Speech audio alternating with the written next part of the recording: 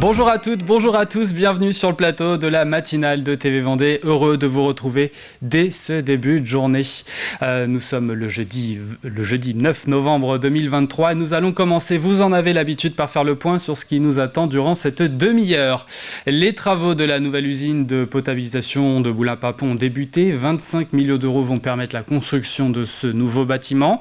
Et c'était donc aussi l'épilogue de 3 années de procédure. À compter de janvier, les communes de Loye et Sainte-Florence redeviendront des collectivités territoriales de plein exercice. Des arrêtés avaient été pris par la préfecture, mais la décision ne passe pas toujours. Nous irons à la rencontre de Laurie et Lucille, qui ont lancé leur entreprise baptisée Élire il y a tout juste un mois pour vivre de leur passion, la mode. En deuxième partie d'édition, vous retrouverez le plus de l'info. Nous parlerons jardin également, et puis l'extrait du jour, extrait de Mageco le jeudi, le jeu à retrouver à chaque fin de demi-heure. Évidemment, cette semaine, on vous fait gagner 2 entrées pour assister au spectacle par les comédiens Chapelet, le journal d'Anne Frank. Le 4e indice et avant-dernier indice arrivera. Il faudra rester attentif. Mais avant toute chose, voici la météo du jour. Nous aurons un peu de tout selon les prévisions. Des averses, des nuages, de la pluie, peut-être quelques éclaircies bien timides. Mais c'est encore une fois l'instabilité qui est au menu aujourd'hui. Concernant les températures, vous prévoyez ce matin entre 11 et 13 degrés. Oui, ça remonte. Dans l'après-midi, pas de grands changements. Les averses défilent sur l'ensemble du territoire. Le vent va se renforcer à l'ouest. Concernant le thermomètre, il affichera au meilleur de la journée entre 13 et 14 degrés. Voici à présent la carte des marées. Elle nous dit que la basse mer est passée tout à l'heure. Son pic est passé tout à l'heure, c'était à 7h49. La prochaine aura lieu dans la soirée, 20h22. La pleine mer en début d'après-midi, 14h20. Venons-en à la carte des marchés. Il y en a un peu partout le jeudi en Vendée. Tout est plutôt bien réparti. On peut aller dans le nord à Beauvoir-sur-Mer, plus à l'est à Saint-Mémin et Pouzauges, La Roche-sur-Yon pour le centre, Mouzeuil-Saint-Martin au sud. Sur le littoral, il y a le choix. Les Sables-d'Olonne, Bretignolles-sur-Mer ou encore Talmont-Saint-Hilaire. Nous sommes le jeudi 9 novembre 2023 et le 9 novembre, nous embrassons les Darren, Théo, Dorian, les Teddy ou encore les Mathurins. Une journée que l'on retient, journée nationale de lutte contre le harcèlement scolaire aujourd'hui. Les anniversaires à présent, le coureur cycliste Romain Bardet a 33 ans. Bon grimpeur, il est vainqueur de 3 étapes du Tour de France ainsi que d'une étape de Tour d'Espagne. C'était en 2021. On note aussi que l'actrice Alexandra Gentil fête ses 32 ans. Coup d'œil vers le ciel pour vous dire que le soleil va se coucher à 17h39 ce soir. Allez, c'est parti pour les infos 100% Vendée de la rédaction.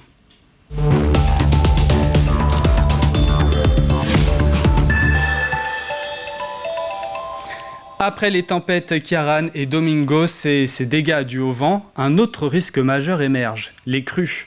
L'action de gestion des barrages est importante. Les 13 barrages que compte la Vendée ont 3 fonctions. Ils sont avant tout une retenue d'eau potable. Ils permettent de maintenir un débit suffisant pour que la faune et la flore se développent notamment. Des barrages qui ne sont jamais complètement fermés puisqu'il faut garantir un débit minimum pour la biodiversité, rarement complètement ouvert pour ne pas que les cours d'eau ne débordent. Explication sur le fonctionnement avec Colline Davy. Sur les barrages de Vendée, les vannes sont ouvertes. À Moulins-Papon comme à Mervan, ces barrages ont pour mission première de constituer une retenue d'eau potable pour l'été. Mais à l'approche de l'hiver, ils permettent aussi de réguler les flux dans les cours d'eau en faisant tampon lors d'une brutale arrivée d'eau. On entend parfois, oui, il y a une crue, ça, on n'a pas été complètement protégé. Les barrages ne sont pas dimensionnés pour ça. On ne peut pas protéger contre toutes les crues. Et avoir des crues à un moment, c'est normal. On n'a pas des barrages anti-crues, ça c'est pas du tout le cas. Par contre, on a des barrages qui essayent de réguler. On a ouvert un peu plus pour créer ce creux, parce que on est entre épisodes. On laisse passer un peu plus un moment pour prévoir l'épisode suivant et réguler au maximum. Pour réussir cette régulation, un comité se met en alerte avant l'arrivée des premières pluies. Vendéo, les services de la préfecture et les collectivités se basent sur des cotes et des prévisions. Ils évaluent les risques de crue et peuvent ainsi définir où et comment ouvrir les vannes. C'est pour ça que nous avons besoin des services de Météo France pour être prévenus le plus en amont possible. On va avoir une problématique de X quantité d'eau qui va arriver, donc il nous faut déjà commencer à relâcher plus d'eau qu'on en relâche pour pouvoir accepter cette onde de pluie qui arrive. C'est tout un groupe de travail qui, à partir du moment où on sent arriver les crues, se met en marche. Avec Ciarán et Domingos, c'est ce processus qui avait été enclenché. Pas d'inondation majeure donc malgré les pluies brutales, mais cela est aussi dû à la période. On n'a pas eu de soucis parce que nous sortions d'une période de sécheresse. Donc si vous voulez, ces 270, 250, 300 mm qui sont tombés sur le département, selon la zone géographique où on se trouve, sont arrivés sur des sols secs, des sols qui avaient besoin d'eau. Donc les premiers 100 mm ne sont pas arrivés dans nos cours d'eau quasiment. Ce sont les 100 derniers, les 150 derniers qui là sont arrivés brutalement.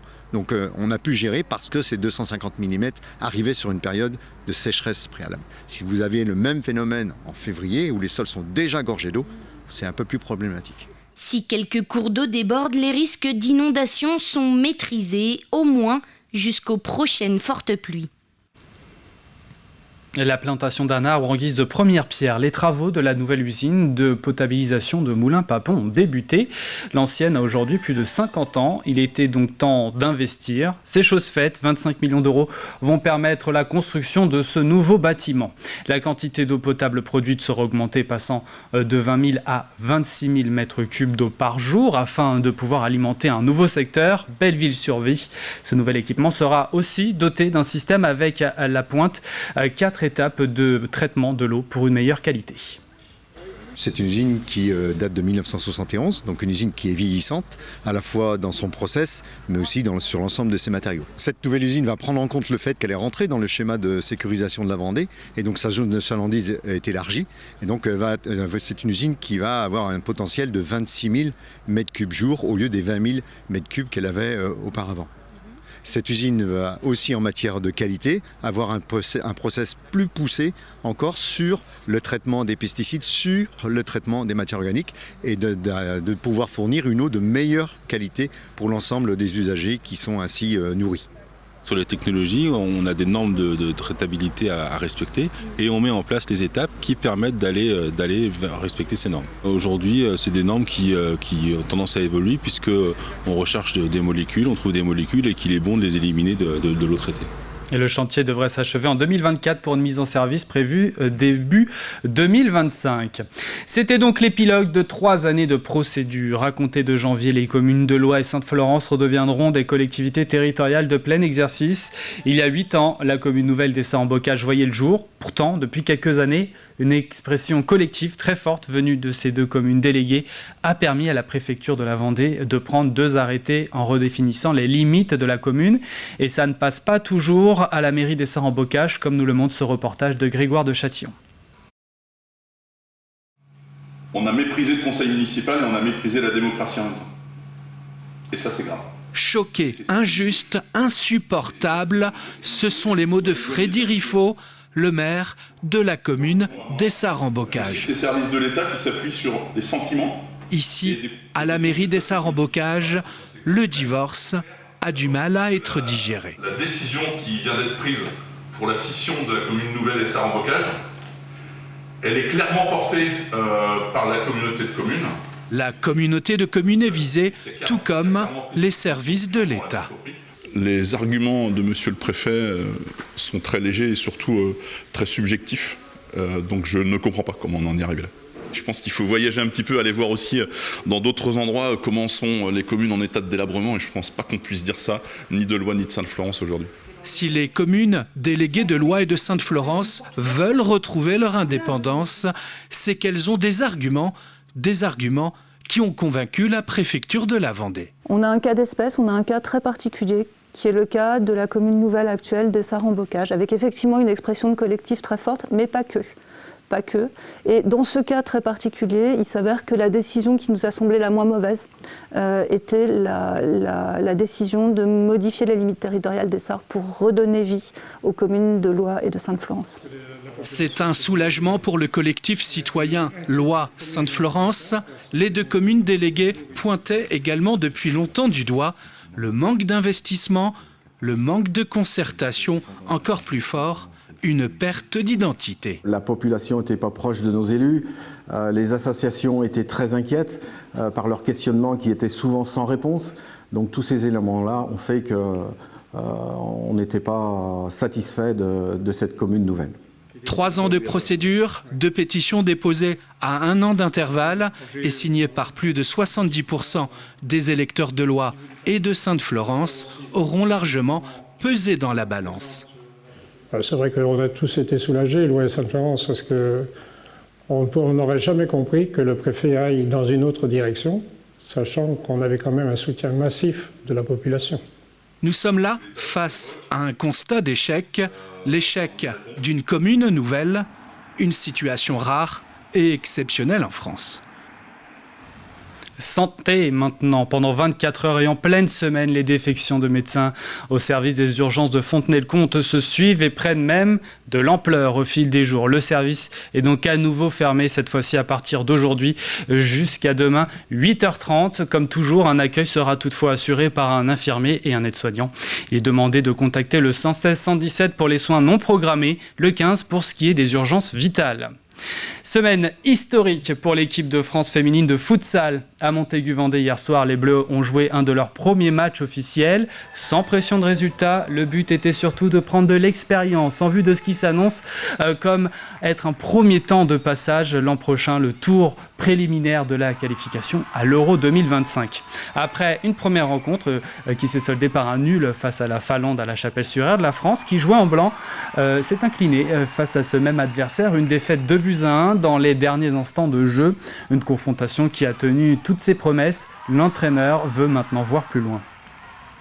Il y a eu un vrai match aujourd'hui, c'était équilibré. Hier, il y a eu une première mi-temps, on a été en difficulté. Le poids de l'émotion sûrement. Par contre, aujourd'hui, là, il y a eu un vrai match équilibré, très ouvert. Je pense que les 12 équipes peuvent gagner. Après, on perd, on est déçus. Ça fait aussi partie de l'apprentissage, il faut accepter ça. Ça va nous donner des motifs des possibilités de travail pour la suite, donc tout n'est pas acheté, loin de là. Voilà, c'était un bon match, on perd. Après, au travail, on continue, c'est pas grave.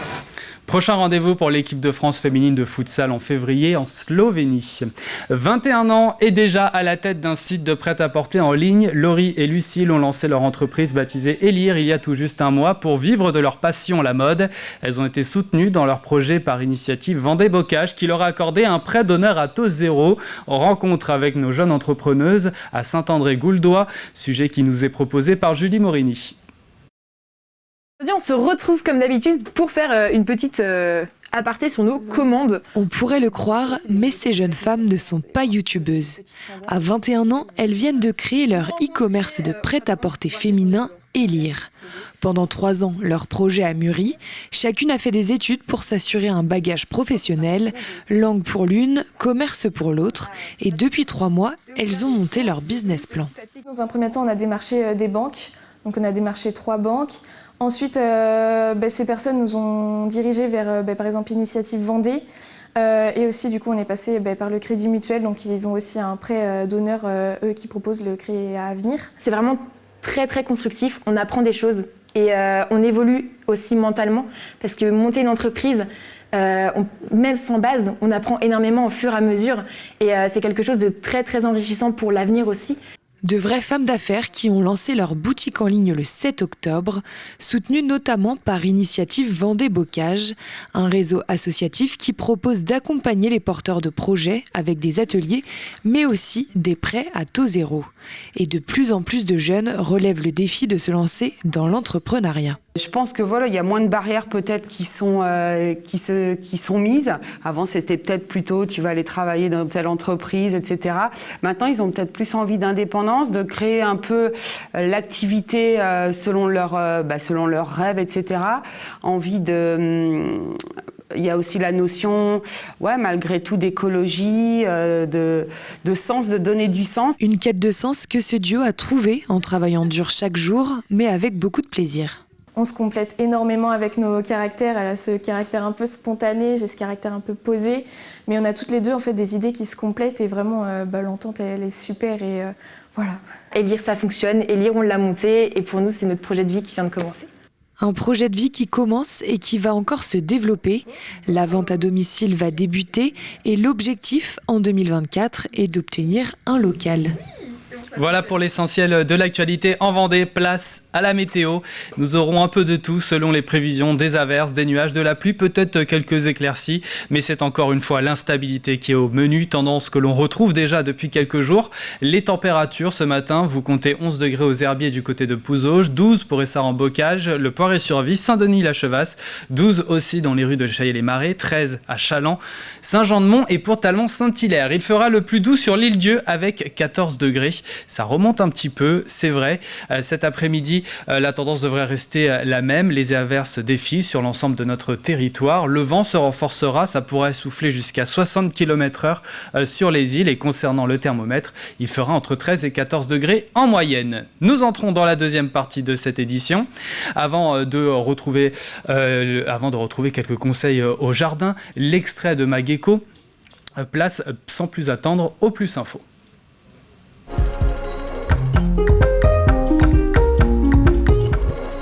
Nous parlons des Floralies. Comment marquer le coup autour de cet événement qui se déroulera d'ailleurs à la Chabotterie. Alors, quels aménagements? Réponse donc dans le Plus de l'info. C'est parti.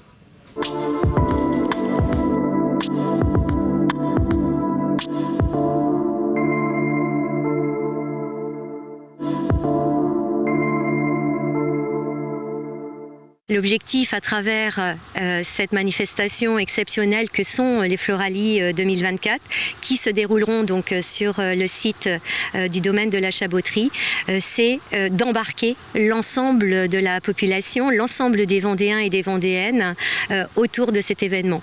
Donc pour cela, nous avons adressé à chacune des communes déjà un guide méthodologique qui leur permettra de fleurir et d'embellir les espaces de leur commune en tenant compte de la thématique des Floralies 2024 autour du jeu en clin d'œil aux Jeux Olympiques 2024.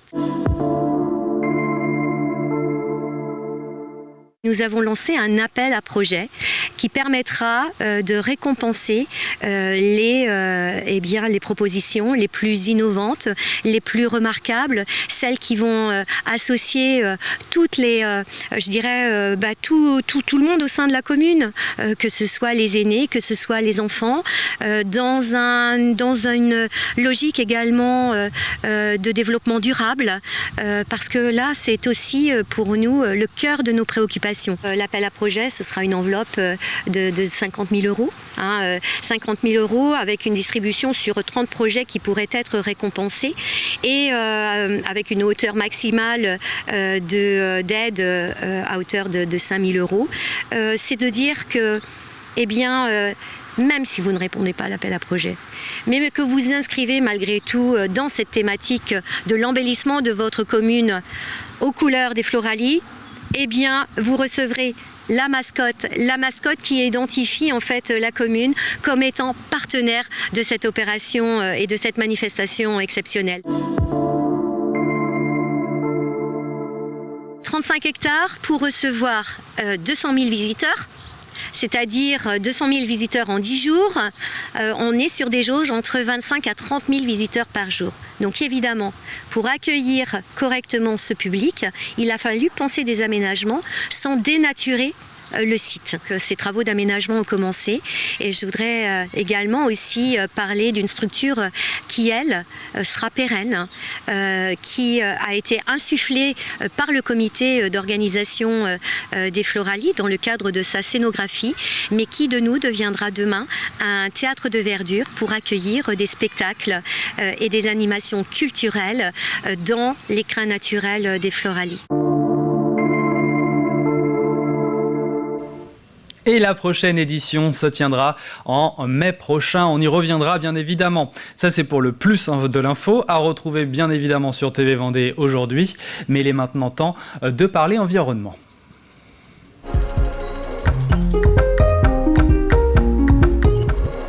Rencontre avec Vincent Guédon, jardinier du domaine de la Corbe au sud de Bournezeau. Il est question de l'entretien des bois. À voir également la pastille Le Jardin et moi avec la MFR à Mareuil-sur-Lay. Les arbres, ça vieillit, il y en a qu'il faut qu'on garde et d'autres, il faut qu'on abatte parce qu'ils sont rendus en fin de vie. Et ça c'est un sujet que vous connaissez.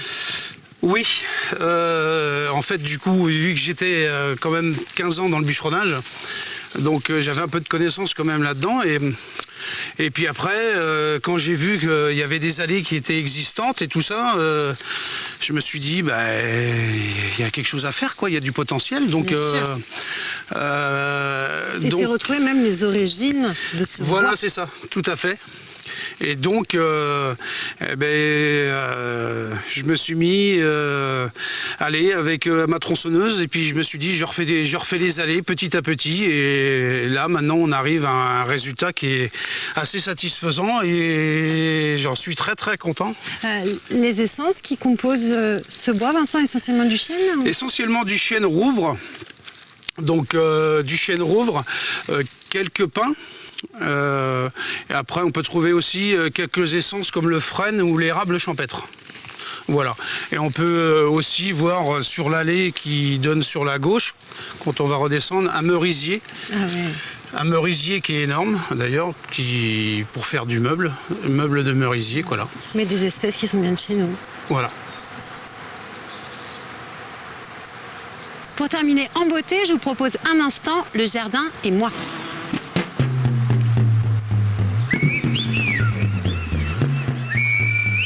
Je vais vous parler des gazons fleuris. Ce sont de merveilleux espaces verts qui ajoutent de la beauté et de la couleur à notre environnement. Les gazons fleuris demandent moins d'entretien que des gazons classiques et offrent une expérience visuelle et olfactive unique. On peut y retrouver différentes fleurs annuelles comme des coquelicots bleuets ou encore différentes vivaces comme des achillées et des marguerites et aussi différentes graminées comme des fétuques. Les gazons fleuris sont également bénéfiques pour notre écosystème. Ils attirent les insectes pollinisateurs tels que les papillons et les abeilles qui jouent un rôle majeur dans la reproduction des plantes. Alors pourquoi ne pas transformer nos jardins en optant pour des gazons fleuris ? Que ce soit pour un petit coin de verdure ou pour un parc entier, les possibilités sont infinies pour valoriser notre environnement. Et avant de retrouver le jeu de la semaine avec la question et le 4e indice, voici pour vous l'extrait du jour. Le jeudi, extrait de Mageco. Et nous prenons la direction de Saint-Fulgent.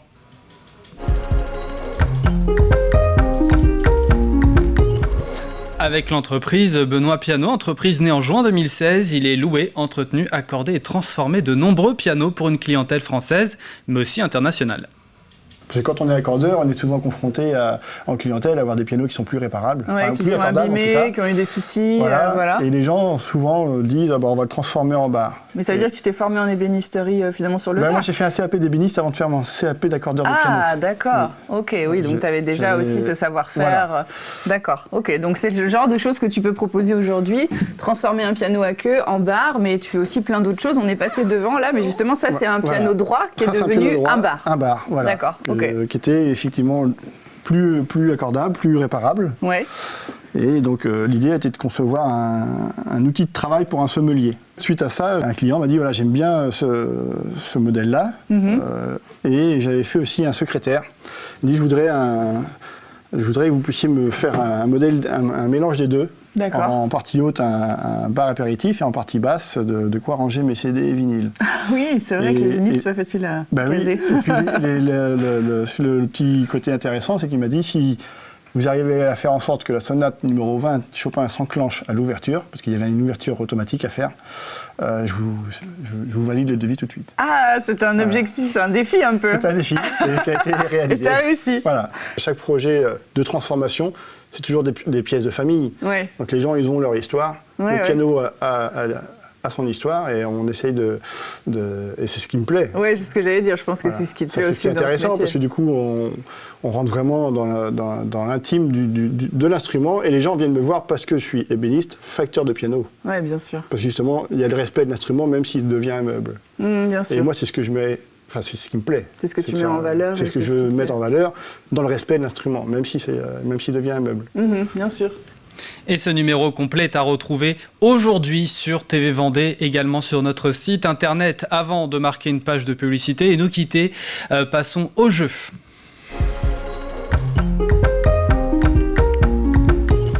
Et cette semaine, nous faisons gagner à 2 d'entre vous 2 places pour assister au spectacle par les comédiens Chaplet, le journal d'Anne Frank, histoire connue dans le monde entier, très étudiée en cours de français. Alors ça se passe à 2 endroits, aux Achards et puis à Saint-Michel-en-Lerme. Mais pour pouvoir assister à ce spectacle fort en émotion, il faut répondre à la question de la semaine. Et la voici cette question. En quelle année l'hélicoptère militaire Sikorsky, qui était en cours de restauration la semaine dernière à Saint-Michel-en-Lerme, a-t-il été mis en service ? 5 indices donc comme toutes les semaines. Voici le 4e et avant-dernier. Le concours Eurovision de la chanson fut remporté par les Pays-Bas. On cherche bien là une année. C'est les Pays-Bas donc qui avaient remporté cette édition. Vous avez donc les images pour vous aider, mais également les indices que vous pouvez retrouver sur notre site internet tvvendée.fr. C'est là aussi qu'il faut participer donc sur notre site internet. Je rappelle que le tirage au sort, c'est demain en milieu de journée. Bonne chance à toutes et à tous. L'info revient à 12h30 avec Diane Delangle sur TV Vendée. Passez une excellente journée.